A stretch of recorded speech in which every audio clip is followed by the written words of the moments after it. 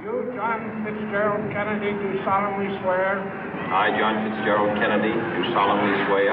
That you will faithfully execute the office of President of the United States. That I will faithfully execute the office of President of the United States.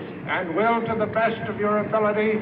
And will, to the best of my ability. Preserve, protect, and defend the Constitution of the United States. Preserve, protect, and defend the Constitution of the United States. So help you God. So help me God.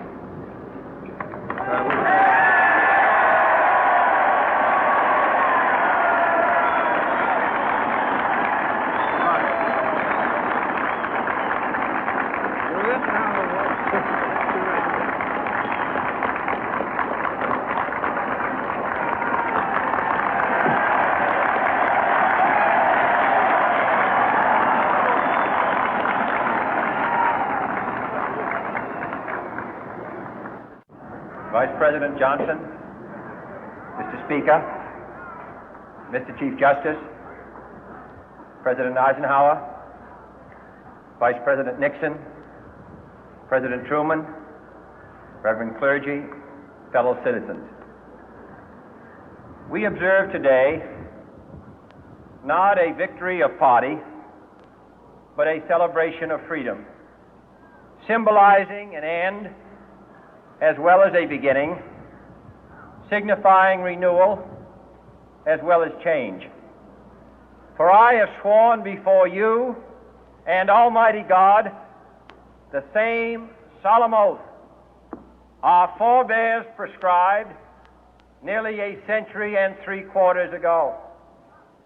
The world is very different now, for man holds in his mortal hands the power to abolish all forms of human poverty and all forms of human life. And yet the same revolutionary beliefs for which our forebears fought are still at issue around the globe. The belief that the rights of man come not from the generosity of the state, but from the hand of God. We dare not forget today that we are the heirs of that first revolution. Let the word go forth from this time and place to friend and foe alike that the torch has been passed to a new generation of Americans born in this century, tempered by war, disciplined by a hard and bitter peace, proud of our ancient heritage, and unwilling to witness or permit the slow undoing of those human rights to which this nation has always been committed and to which we are committed today at home and around the world.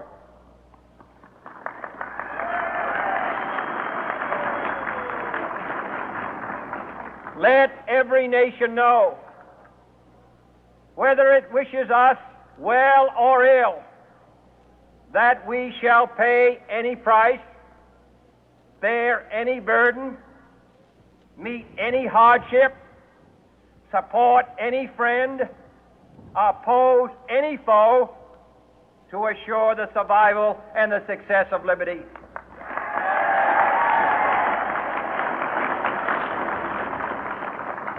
This much we pledge and more.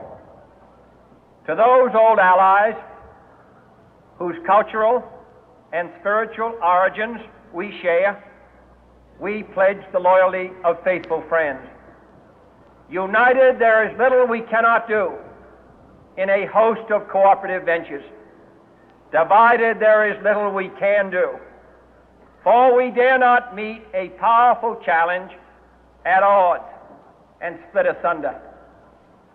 To those new states whom we welcome to the ranks of the free, we pledge our word that one form of colonial control shall not have passed away, merely to be replaced by a far more iron tyranny. We shall not always expect to find them supporting our view, but we shall always hope to find them strongly supporting their own freedom, and to remember that in the past, those who foolishly sought power by riding the back of the tiger ended up inside.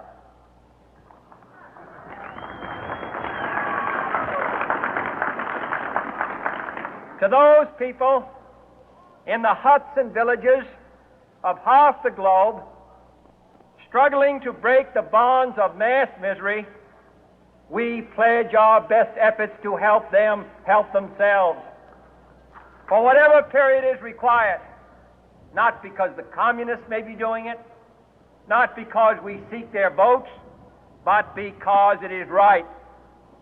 If a free society cannot help the many who are poor, it cannot save the few who are rich.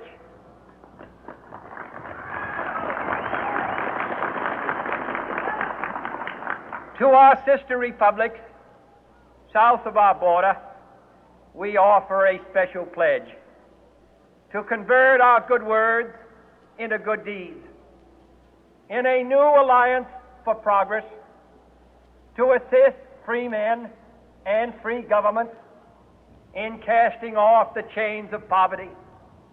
But this peaceful revolution of hope cannot become the prey of hostile powers.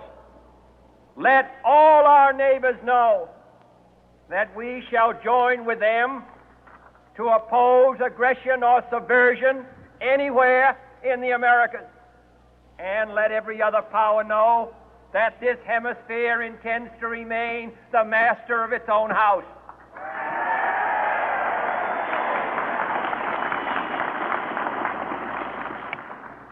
To that World Assembly of Sovereign States, the United Nations, our last best hope, in an age where the instruments of war have far outpaced the instruments of peace, we renew our pledge of support to prevent it from becoming merely a forum for invective, to strengthen its shield of the new and the weak, and to enlarge the area in which its writ may run.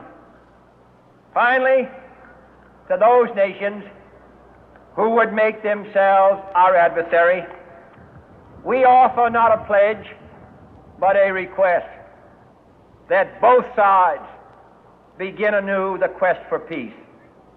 Before the dark powers of destruction, unleashed by science, engulf all humanity in planned or accidental self-destruction, we dare not tempt them with weakness, for only when our arms are sufficient beyond doubt can we be certain beyond doubt that they will never be employed. But neither can two great and powerful groups of nations take comfort from our present course, both sides overburdened by the cost of modern weapons, both rightly alarmed by the steady spread of the deadly atom, yet both racing to alter that uncertain balance of terror that stays the hand of mankind's final war.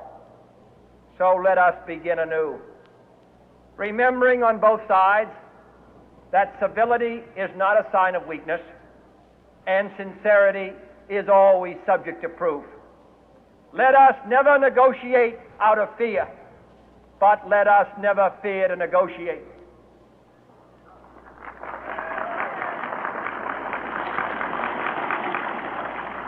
Let both sides explore what problems unite us instead of